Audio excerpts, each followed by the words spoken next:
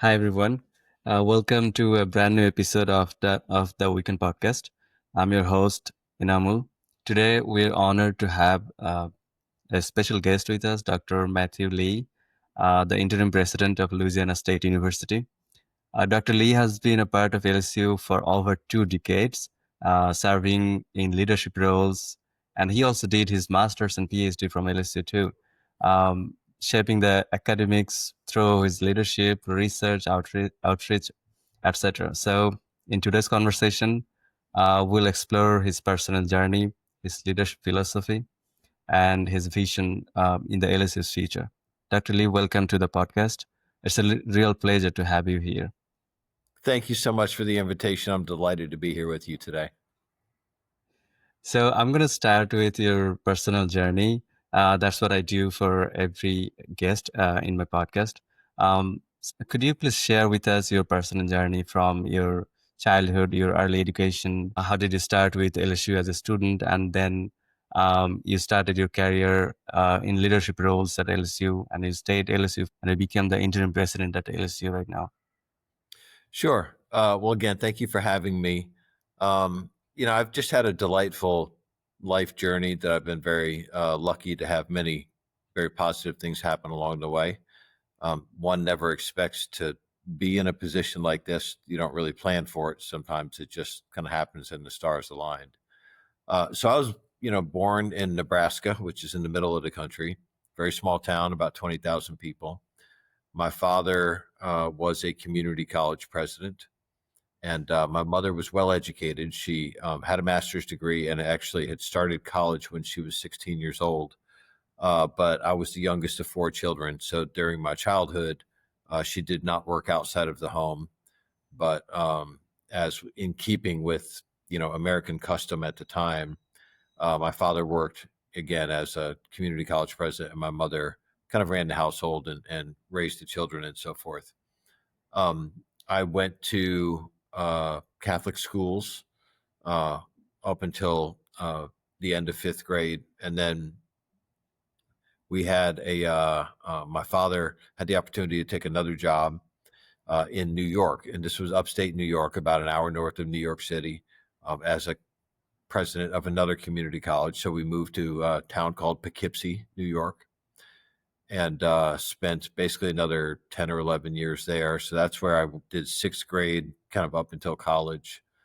And, my childhood was very uneventful, I would say. We didn't have any serious tragedies, no serious health problems in the family. My parents were very conventional and very focused on education, but not in an overbearing way. I was always a very average, if that, student. I was never an outstanding student, really, until I got into my doctoral studies. And so, went through junior high and high school. Was always very involved in sports. I'm a very, very competitive person. When I was younger, I played soccer. When I got to high school, I was on the rowing team, the crew team. When I graduated high school, I seriously thought about going into the military or going to a military school, but instead I opted to go to a conventional 4-year college in the State University of New York system. So I did that for 3 semesters, and basically just as a young man was having trouble finding myself. And so at that point, I stepped out of school for a semester. And the only work that I could find was working as a custodian in a bowling alley. And that was a really good experience as a 20 or 21-year-old young man, because it put me in a place where that was very hard and good work and respectable work. But I realized that it was not what I wanted to spend the rest of my life doing. And so I then re-enrolled after 6 months or so out of school, went to a community college and started getting straight A's, and kind of got back on top of my game. So basically, I finished at a community college, transferred across the river to a 4-year school. My studies were dual focused. I was a philosophy major, and then I finished up that major and still needed some credits to graduate. So then I took a second course of study in sociology. So I graduated with a double major as an undergraduate in philosophy and sociology. Was very interested in those areas. And I really, really enjoyed school, although I was not an outstanding student. That was like a strong B plus, but I was never. I think only one semester did I ever actually get straight A's. So I was good, but not not among the very, very best. Anyway, so I wrapped up and I decided I really liked school and I thought I would try to go to graduate school. And then by that time, my parents had retired and were living in South Florida. And so I ended up going to graduate school at LSU, partly because my dad used to call me and say, "You need to move down south because the weather down here is beautiful." so, so I ended up moving down south, and ended up getting into LSU. Basically, did my master's and my PhD in 5 years, my master's in 2 years, my PhD in 3 years. Um, I was told I would not be able to finish a PhD in 3 years. Uh, and that was just one of like many, many times along my journey, which somebody told me I wasn't capable of doing something. Before that, I was told I wouldn't get into graduate school. Before that, trying to get into college, I had a person who wrote a letter of recommendation saying I would not be able to be successful in college. And I just found like along the way, people kept trying to block me and say I wasn't going to be able to accomplish something. But I'm a competitive person and just kept finding my way around them and getting it done. So, finished graduate school, really enjoyed my graduate school experience. It was a period of very intensive intellectual growth for me, and I was very interested in being a researcher. So I was a criminologist, studying crime and violent crime in America and internationally. So my first job was at Mississippi State University. I went there, um, got off to a really good start, had a great mentor, several great mentors there. And my career just really started to take off, and I had the opportunity to come back to LSU. Had received an NSF, National Science Foundation career grant, which was very hard to come by. That was a big shot in the arm. I used that to uh, ultimately come back to LSU. And so here I, moved up through the ranks pretty quickly. I became a full professor in 8 or 9 years, something like that. So it was several years ahead of schedule, and I was enjoying it, but I was kind of getting bored with just writing papers and chasing grant money, and I enjoyed some of the administrative work I was having the opportunity to do. So then I, was asked to come into the Office of Research and Economic Development, and so I, basically have been in administration for the last 15 years, starting in January of 2010. And I spent about 5 or 5.5 years as the associate vice president for research. Spent another 5 or 6 years, 6 years, I think, as the vice provost for academic programs. Spent 13 months as the interim executive vice president and provost, which is the chief academic officer. Then I moved to agriculture, of all places. Spent 3 years as the vice president and dean for agriculture. And then for the last 4 months, I've been serving as the interim president of LSU. And it's just all kinds of interesting things that have happened along the way. But that's basically been the journey. And, in there, other many important life events happened. Like I got married and, started a family, and I have, children that are late teens or early adults now. Both of my parents passed away over that period of time.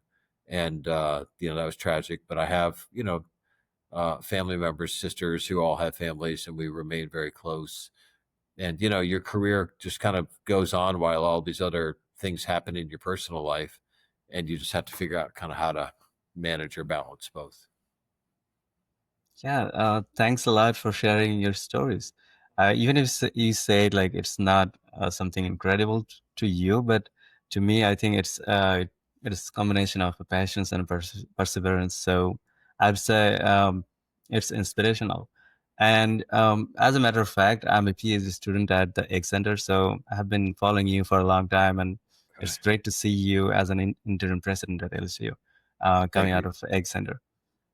So my next question would be about your leadership, but on a personal level. So leadership is not something you can learn in classroom or somewhere else. It's Uh, unique. And leading a big institution like LSU, which is a land, sea, and space-friendly university. So has thousands of faculties, students, and lots of industry partnership, government officials, and all. So how do you manage all those stuffs on a personal level? How is your weekdays looks like from the morning to the evening? Um, Part of it is like you just it is managing time. And so I have a whole group of people that manage my time, and somebody does the scheduling. Somebody makes sure that I have the appropriate briefings to know what I need to know before I go into each meeting and so forth. I have people that manage my travel, people that manage social media, that manage our communications and that kind of thing. So there's, there's one person in the job, but there's a whole group of people that actually have to help kind of manage it, because there is a lot to happen there. So, like the day to day work, just being really honest with you, is very demanding. 70-hour weeks are very standard, especially during football season when a Saturday, engaging in the football activities with donors and student activities and so forth is, typically a 12 or 15-hour day. And so that's after a full scale work week. So, that part of it is demanding. And like, it's not just running from place to place and meeting with people. Like, you actually have to sit down and devote time to keeping up on the news and just doing reading on basic things in your field to keep sharpening the saw, as we call it, and making sure you're up to date on cutting edge things and so forth. So there's just a lot of that time goes on. And then frankly, the other part of it is, kind of managing the emotional resilience that you need, because a lot of the problems that ultimately rise to the level of the president are just problems that other people haven't been able to solve because there's no obvious answer to it, right? And you're constantly trying to figure out how to come up with a solution to a given problem that, not everybody is going to be happy with. And, as a human being, you don't want to spend all your time feeling like you're offending people or that you're doing things that they are not supportive of. But at the end of the day, you just have to kind of rely on your core set of values, maintain a commitment to authenticity in everything you do, and then, make sure you're making the best decisions you can with the information you have on behalf of the institution and in the interest of the institution. But yeah, it's a demanding job. It's also demanding on my family. It's hard on, it. I don't get to spend as much time with my kids as I would like. My wife accompanies me to many events, but my wife is also an executive. She's an executive in the financial sector, and she has her own job to worry about. She can't spend all her time, running from place to place with me, and I have to help support her in her job as well. So, um, that's just a little bit of give and take that goes on. But yeah, the week to week. I mean, some weeks are harder than others, and my staff is good about trying to carve out time just to rest.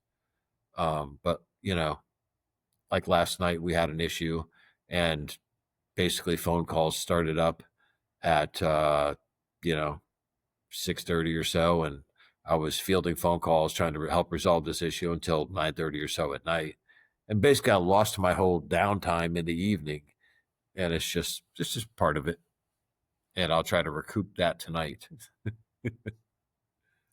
Yeah, I have a great experience working with your team about managing your schedule here today. So I'd Good. say you have an excellent team. They're very Um, good. Thank you. after about 21 years at LSU, what do you say? Would you say like the biggest changes that you have seen throughout the time period, from your studentship to the leadership role at LSU? What are the biggest changes that happens? So there's a few clear things that have happened. One, the brand of LSU has really become much more visible internationally and nationally. And so and it's accelerating even more right now. So we're in a period right now where the brand is growing like crazy. So that's a big plus because basically any visibility is good in this business. The quality of the students has continued to increase over the years, and we've become a destination for more students from outside of Louisiana and from students from outside the country. So that says a lot about the quality of what we're doing. And then we've also experienced enormous growth in our research program. And that has been really tremendous as well because we conduct innovation um, in a lot of applied areas, including agriculture, as you know, which directly helps people in their day to day work. And so the growth in the research program is frequently a direct corollary or has a direct impact on economic activity within the state. So that's, overall been a huge plus for the institution. So those are things. And then, frankly, with the ascendance over the last 20 or 30 years of big time collegiate athletics, we've been right at the forefront of that. And I think we've had 6 national championships across a variety of sports in the last 6 or 7 years. So we're achieving a great deal of success there, and that's become much more visible. And that's been a big change for the institution as well. So on many fronts, we've seen a lot of change and growth at LSU. And then there's lots of other things that relate to that in terms of new dormitories, new buildings, new research facilities, all that kind of thing as well. But it's a constantly growing and evolving enterprise. Yes. So on that question, like, could you expand a little more? Like at LSU, we say is like we build teams that wins. So and I recently saw one of your speeches that you said like it's not only in state level or national level, it's also globally. So That's right. how do you see LSU's role as both in U.S. and international stage? So, yeah, so as a land, sea, and space grant institution, if we just focus like on the land grant piece of it, our mission is to educate the industrial classes. That's what they used to call it, or they used to call it the sons and daughters of toil, which really meant to educate those people who were not going to elite private schools.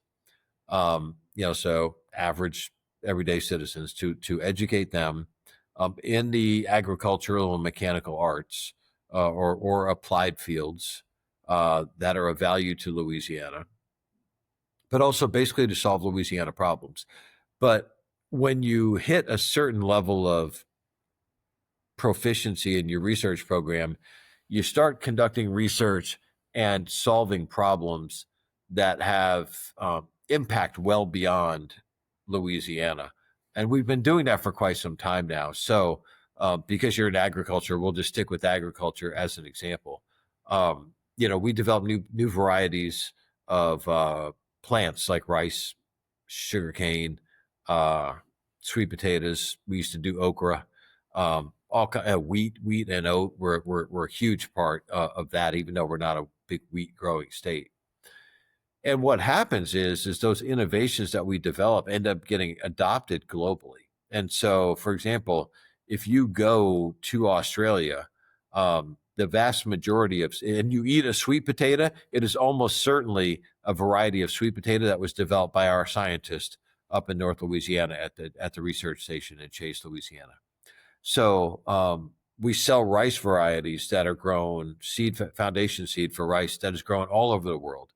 And we are in collaboration with rice researchers in the Philippines and other parts of the world. We are also well known for things like invasive species management. And the management of invasive species is something where we have a very natural laboratory here for it in Louisiana for a variety of reasons, including we have the Mississippi River here, and boats come in from all over the world, and invasive species get off those boats, whether it's plants, whether it's bugs, that kind of thing. And we learn how to control them, but those are lessons then that can be transported to other parts of the world to manage invasive species.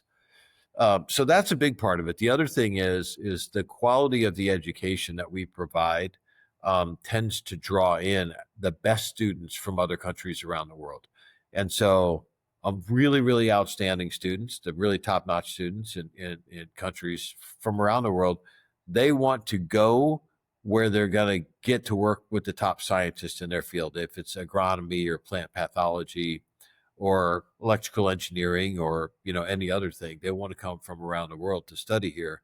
And so the quality of our faculty has gotten better over the years, and it's so good right now that it really acts as a magnet that brings in students from all over the world. And so, um, science is a big driving force there. And then, we do a lot of exchanges, and we have a lot of students both come to the campus from other countries for short periods of time, and we across the university we send students all over the place. I was just talking with a dean the other night that has 8 different international programs where they send students abroad for typically short to medium periods of time and get them that international experience.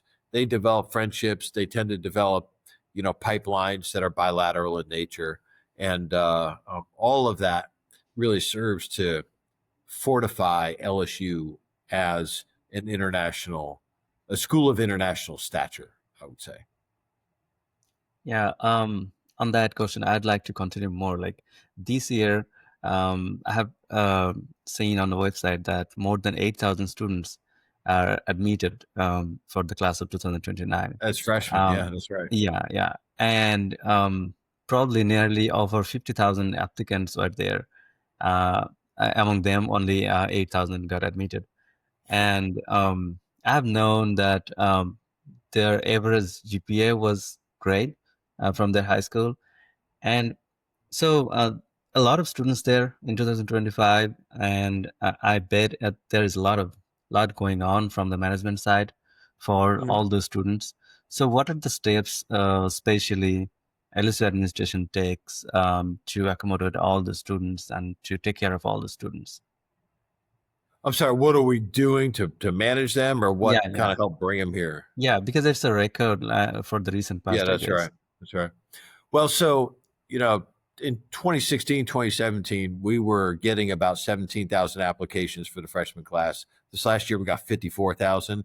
And right now, we're running several thousand ahead of where we were at this time last year for next year.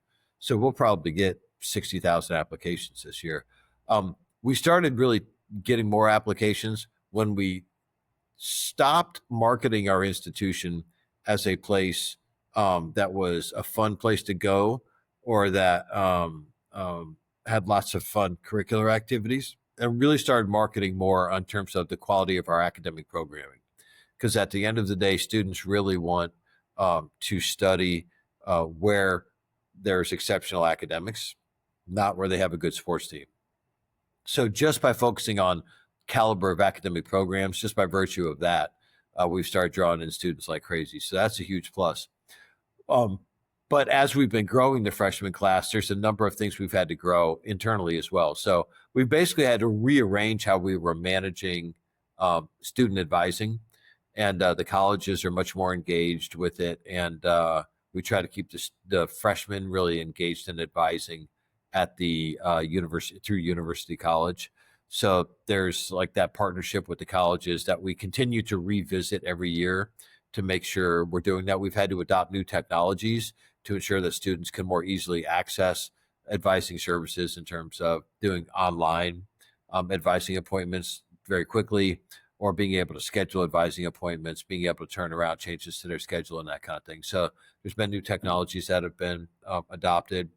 We are we've had to, of course, hire more faculty and adjunct faculty to help manage the workload in terms of net number of course sections that need to be offered and so forth. And so that's an ongoing thing as well. We've brought in software to review our curricula, and so actually to analyze like an eight semester pathway for any given major, to tell you if there are specific inflection points in the major where students are getting caught up, like getting caught in a bottleneck, not enough sections available, or too many prerequisites, aligned in a row. And so that's really technical, but like we've worked on that and tried to give the departments the tools to make their pathways less complicated, so students could progress more readily and so forth. And all of that, like, we've made good progress, and all of that's basically just an ongoing project that we can continue to work on. Um, but as more students have come in, we've had to continue to scale up all those support services. And then also, we've also been growing online programming as well, which is a whole different modality. But we have an entire unit, LSU Online and Continuing Education, that is built up that supports that sector. I wish good luck to you and LSU administration. I saw a lot of students this fall coming out of their high school and join LSU, and they're really excited to join here. So I have now a question about graduate students because I'm a grad student, and a lot of grad students send me questions, which is common when I told them that I am gonna have a podcast with Dr. Lee. Okay. So they're asking about the funding challenges that's happening all around the USA. So we have had reallocation of funds, fund cuts, and all. So this must have been a challenging year for you. So how does LC administration cope with those situations? How do you cope with the situation? And do you have any plans to ensure, I'd say, long-term financial stability for LSU grad school? Right. So um, we've done a few things that have been key for the graduate students. One is we have raised the minimum doctoral stipend. That for the 12-month stipend is I think about 31,000, something like that.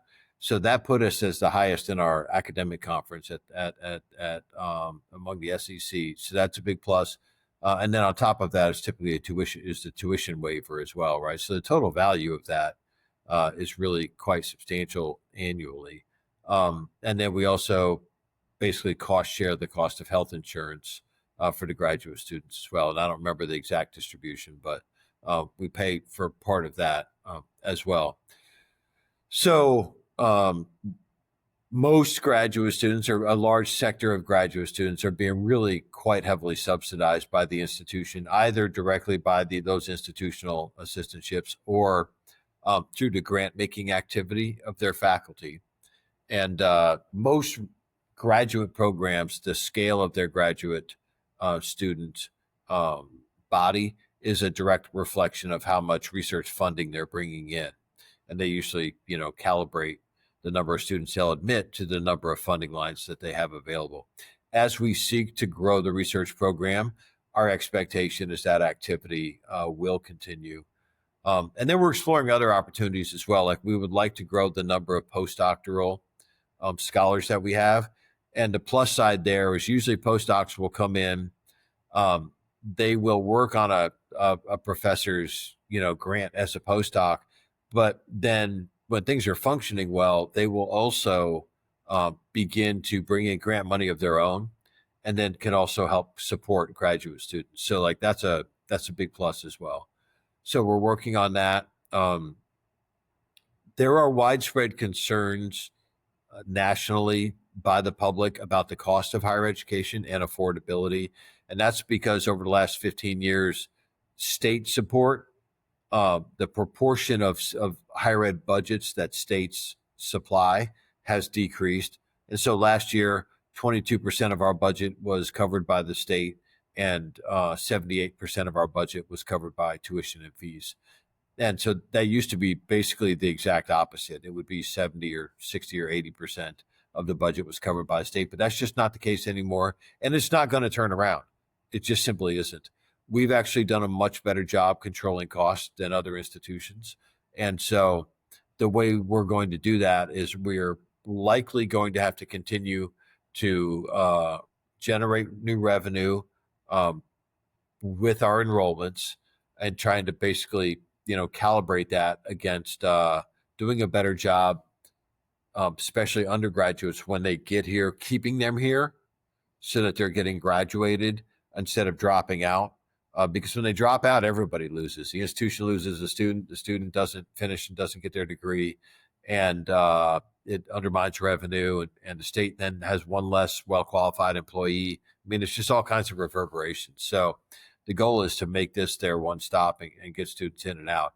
But, the undergraduate programming in some respects does help financially subsidize the graduate programming. So it's a constant balancing act.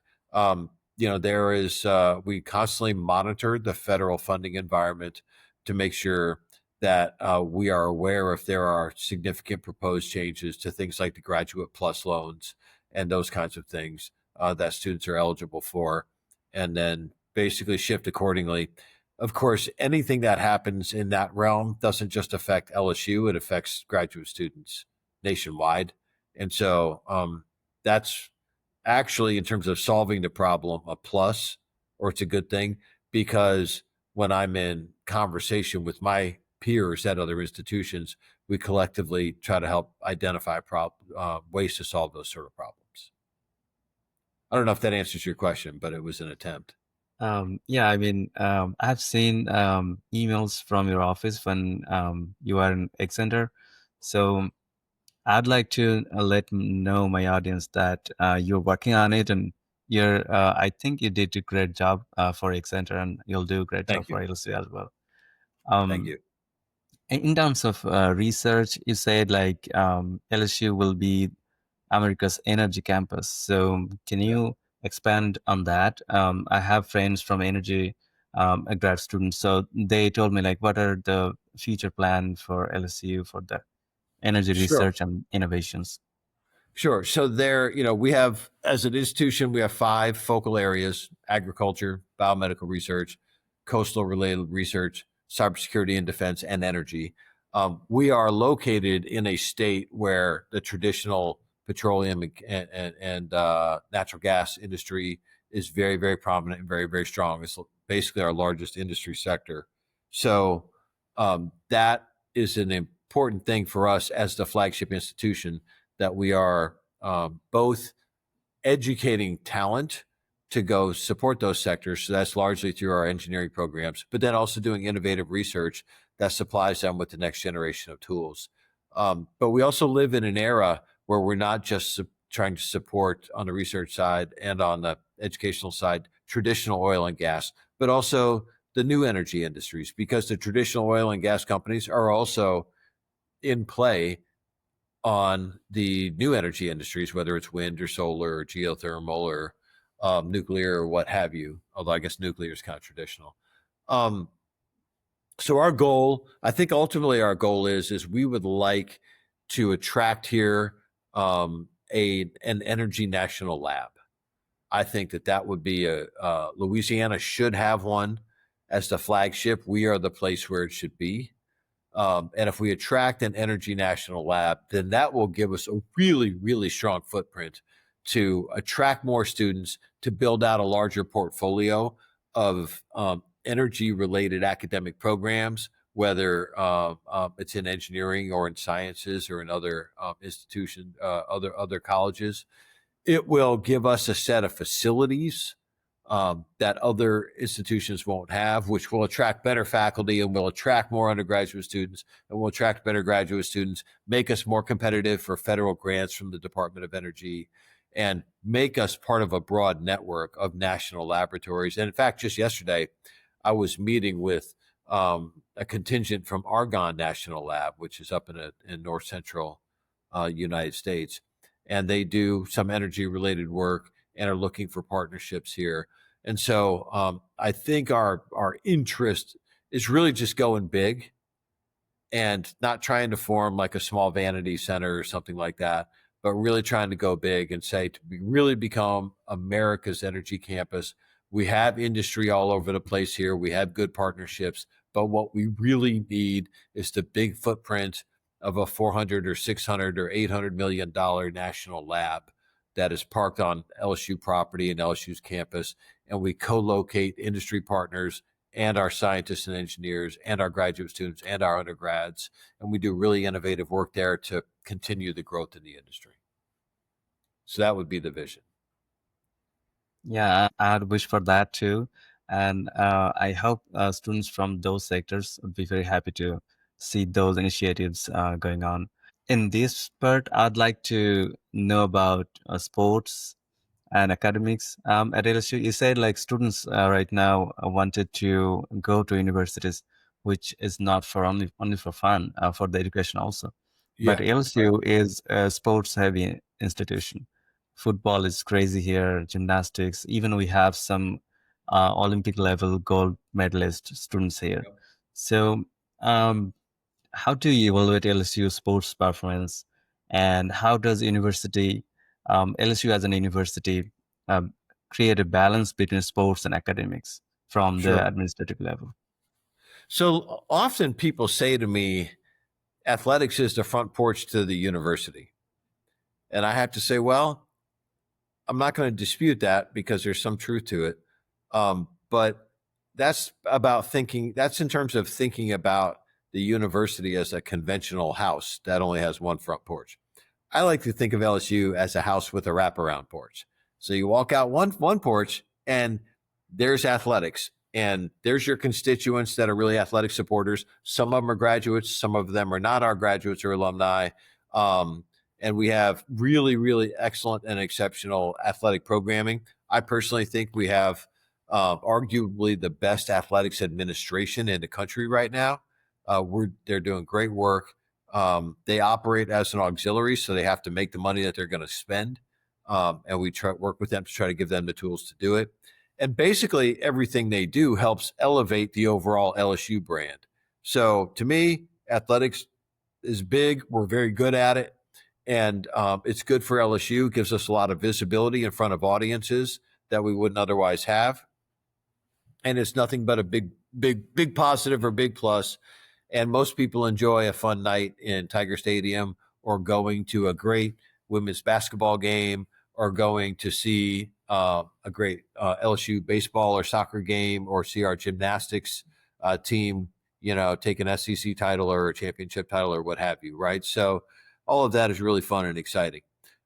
But then you can go back in the house and go out the other side, and there's other front porches, and it's basically we have to make sure we're continuing to balance it. And so, um, we have academics here. That's another front porch, and students and constituents are drawn in there because we offer excellent academic programming. The scale of that actually far, far, far exceeds the scale of our athletic programming, and so we typically have between 525 and 600 students that are actually student athletes. Whereas right now, in terms of undergraduate and graduate students academically enrolled, that's 43,000, you know. So it's a much, much bigger group. Financially, it's a much, much bigger part of our footprint, more like $1 billion, whereas the athletics is around a $200 million annual operation. 200 million is a lot of money, but in the scale of what we're doing, it's not that much. Um, and then you can go back out another area and there's lots of other front porches. You have a front porch that's research related. That's a whole different set of constituencies, a whole different set of relationships.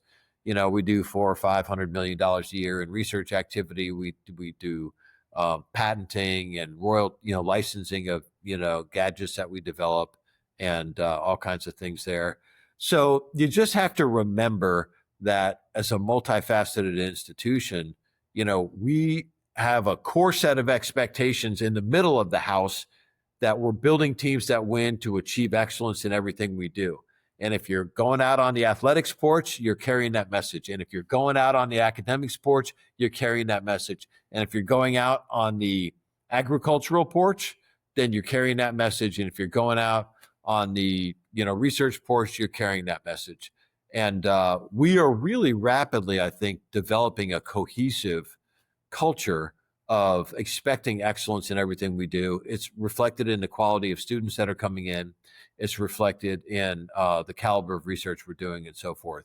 So it's a constant game of trying to help elevate all of the image. And you'll notice, like if you watch an LSU football game on TV, the commercials for LSU are typically research or academic promotions.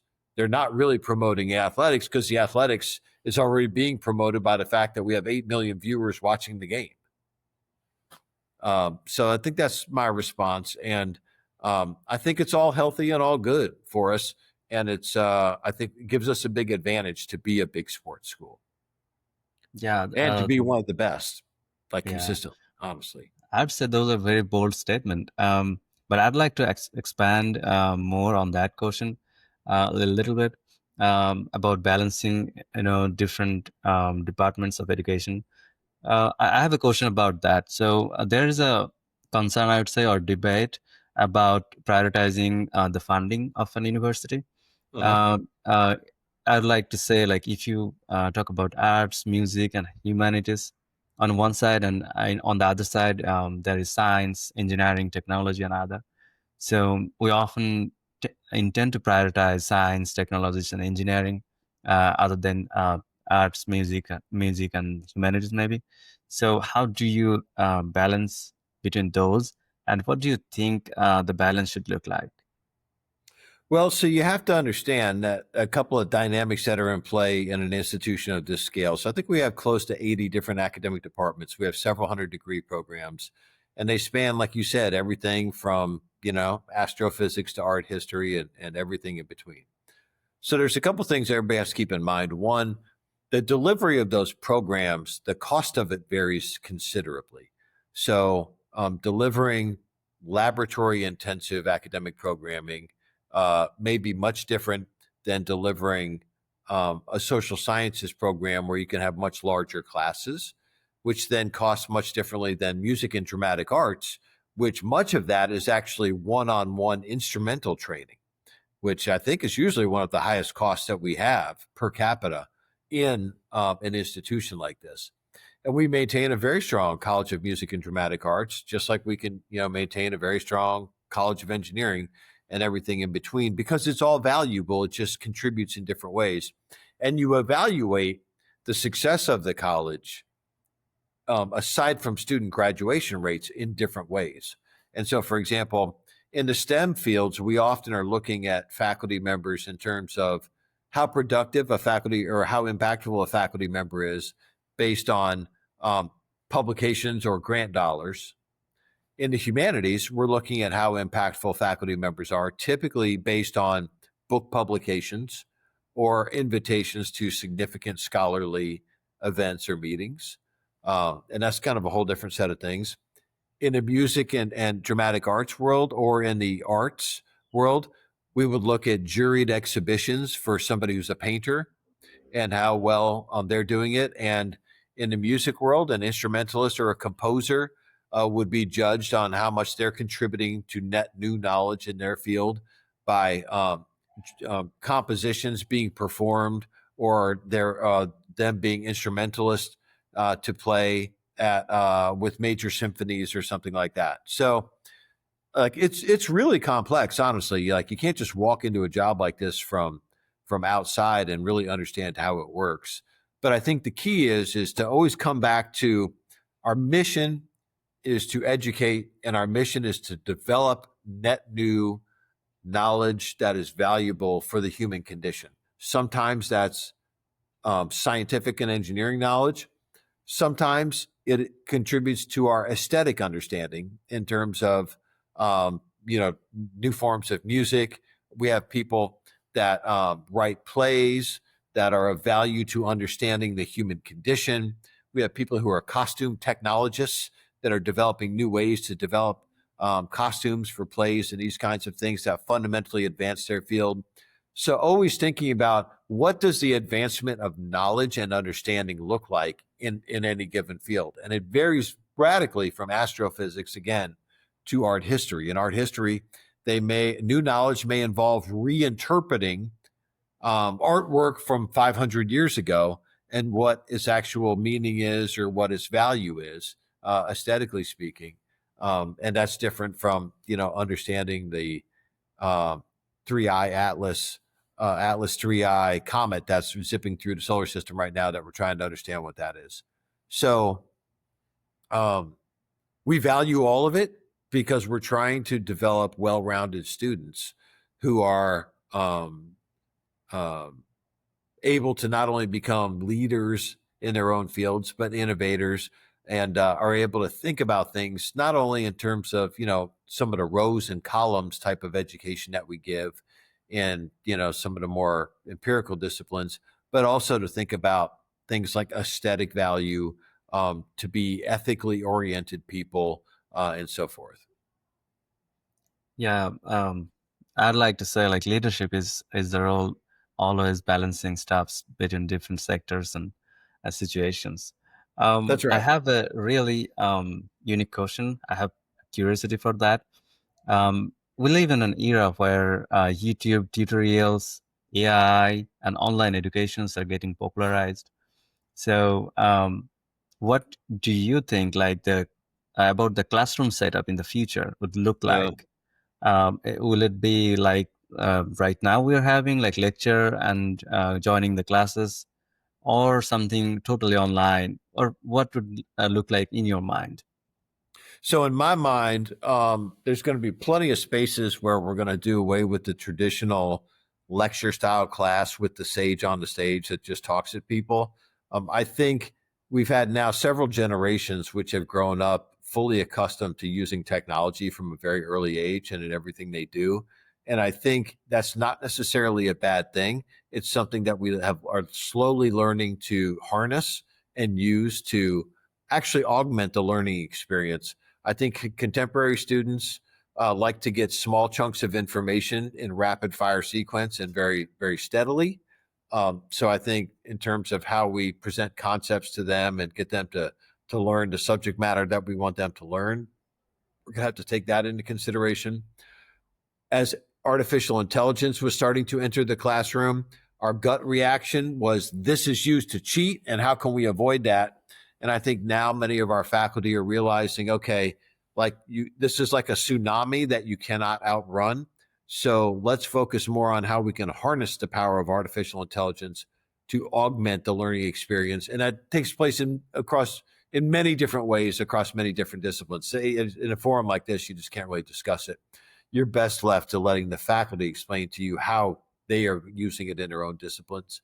Um, but I think like my prediction is that in the next couple of years, what you're going to see is artificial intelligence, maybe in a matter of months, maybe in 18, 24, 36 months, artificial intelligence is going to advance to the point where when somebody, when an institution wants to start a new class, right now, you have to find a faculty member who's a subject matter expert and can pull it together and put together a 15-week course.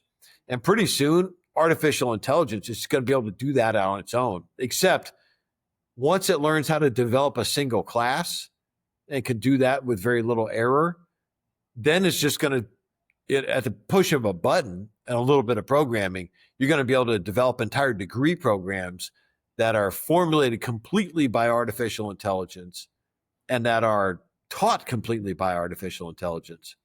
And that's where we're going to have to be really careful about not losing some of the core elements of subject matter that really differentiate a human-driven learning experience. Because we need to make sure we're giving people the essential skills like collaboration and ethical appreciation and that kind of thing. So but it's going to continue to escalate and evolve very quickly. And I think those who are not actively thinking about how they're going to adopt artificial technology and harness its power in the classroom to augment the learning experience are going to get left behind very quickly. And I think it's going Uh, to be an arms race. yeah, so continue to that. Um, we have seen changes happening a lot within short period of time in terms of skills that we learn in university, in terms of the technologies we learn, the techniques we learn in the classroom. So, being an educator for like a long period of time, what would be your advice to the new students or current students who are in the class right now to adapt to the fast changing future after they graduate from college? Well, I would say content knowledge is evolving in every discipline. I think at a pace unlike we've ever seen before because we're in a technological revolution. So it's actually going to be hard to stay on top of specific content knowledge. But I think employers are expecting everybody to come out with a certain level of technical proficiency, and I also think that employers know that their needs are evolving at a pace that if you show some basic learning skills and some adaptability and some resilience, they'll teach you what they want you to know. And that the core proficiencies mostly don't change. And that's things like ability to learn, communication skills, ability to collaborate, ability to take direction, and what we used to call soft skills are really, I call them essential skills. I think employers are still looking for that, along with a higher level of technical proficiency than they have expected in the past. Yeah, thank you so much for that. I'm about to end of this podcast, but I have a few more questions left. First of all, Sure. I'd like to know uh, the longer vision of you for LSU as in a leadership position right now you are in, and your personal reflection about life as a whole to the younger generations. Sure. All right. So I would say like what my vision is for LSU or the personal aspiration. I think it's not terribly complicated. This is a big and complex operation, but it really comes down to two things. You have to have talent or people that are actually really good, and you need the facilities for them to be able to do their work. Um, and then assuming you have those two things in place, what are we trying to achieve? Well, I think going forward, we need to really double down on achieving our land grant mission, which is to serve the state of Louisiana in a way that generates value not only at the local level but generates impact well beyond Louisiana. So right now we're doing about $500 to $600 million a year annually in research. We need to get that up to 800, 900, maybe $1 billion a year annually. And if you're an operation that's doing $1 billion annually in research, then you're having a really, really big impact. You're contributing to the economy. You're developing innovations that industry finds valuable, and you're going to have those kind of partnerships. So growing the research program is going to be important. We're going to have to think about doing that in ways that we haven't before. And so we need to really get serious about, I would call it blurring the lines between ourselves and industry. Like industry partners need to be building buildings on campus, having our faculty, scientists, and engineers work side by side with industry scientists and engineers in the lab, in the buildings together, sharing intellectual property, giving places for our undergraduate students to get hand-on research experiences, industry supported laboratories where graduate students and postdocs are working together on applied problems that actually are useful to us going forward. So I think the research piece and really blurring those boundaries, right now you're hard pressed to find hardly any industry partners on campus, and we should have dozens of them all over the place. And I think we need to change our business model to really encourage that kind of engagement and behavior. And when we do so, it's going to give us a solid, really kind of footing that will stabilize us in a way like we have not achieved before. And then as well, we are going to have to continue to scale the educational delivery that we provide. So right now, across the LSU system, we have just over 70,000 students enrolled at all of our institutions. That's going to jump to 80 or 95, probably pretty quickly. And then I would say in the next few years, we need to be aspiring to get up to 100,000 or more. And I think nationwide, you're going to see a big sorting of schools that are producing talent at scale, and then those that are getting smaller and smaller and ultimately cannot fulfill their mission and are just not going to be particularly valuable anymore. So I think those are a couple of things that we can expect would we would pursue under my vision, and then making sure that we are adhering to what we call an agriculture cooperative extension, which is really translating out that value from science and that value from human capital and workforce development out to the local level. So it's actually being put to use. So that's good. And then I think my own personal reflections is, you probably have people watching this that want to know, like, how do they get their career off the ground? How do they define success? This kind of thing. I mean, the main thing I can tell you is if you spend your time like chasing titles and not being authentic about things, then you're not going to find much in the way of fulfillment.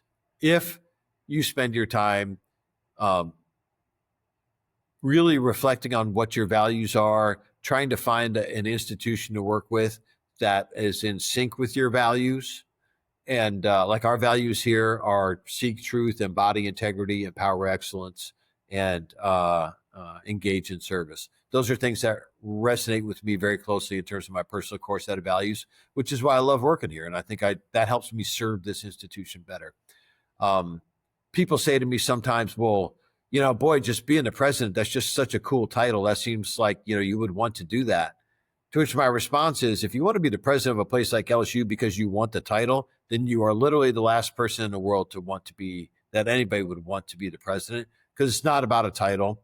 It's about the set of values that drive your work.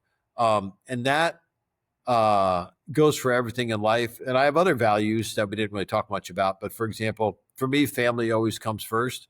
My family is very important to me. They ground me. Their support nourishes me emotionally and intellectually, and also allows me to undertake the kind of emotionally draining work that leading in an institution like this can be. And I think, uh, people just need to decide, your audience probably mostly are students, graduate Yeah. students, and they need to think about, how do they balance their lives going forward, so that they enjoy what they're doing. They work at a place, because almost everybody has to work. You work at a place that makes you feel good about who you are and what you're accomplishing. And that also, gives you the opportunity to find fulfillment in things that are not work related. So I don't know if that's of any value, but that's basically how I've survived to this point. Yeah, that's a great insight. And we're about to end of our podcast. So, Dr. Lee, thank you so much for your time and your insights. It's been a fascinating conversation with you about LSU leadership and future education, and about your personal reflection as well. So, thank you so much for joining in the weekend podcast. I hope we could talk more in the future, maybe in some days. And as always, would like to say again, like at LSU, we build teams that wins. And in any last words for my audiences from you? I think no, well, other than go Tigers. No, Animal, I appreciate you. It's always a pleasure for me to talk to graduate students and people that are just excited about their future. Uh, you know, a lot of it's just hard work and showing up on time and being committed to what you're doing and try to maintain some balance in your life.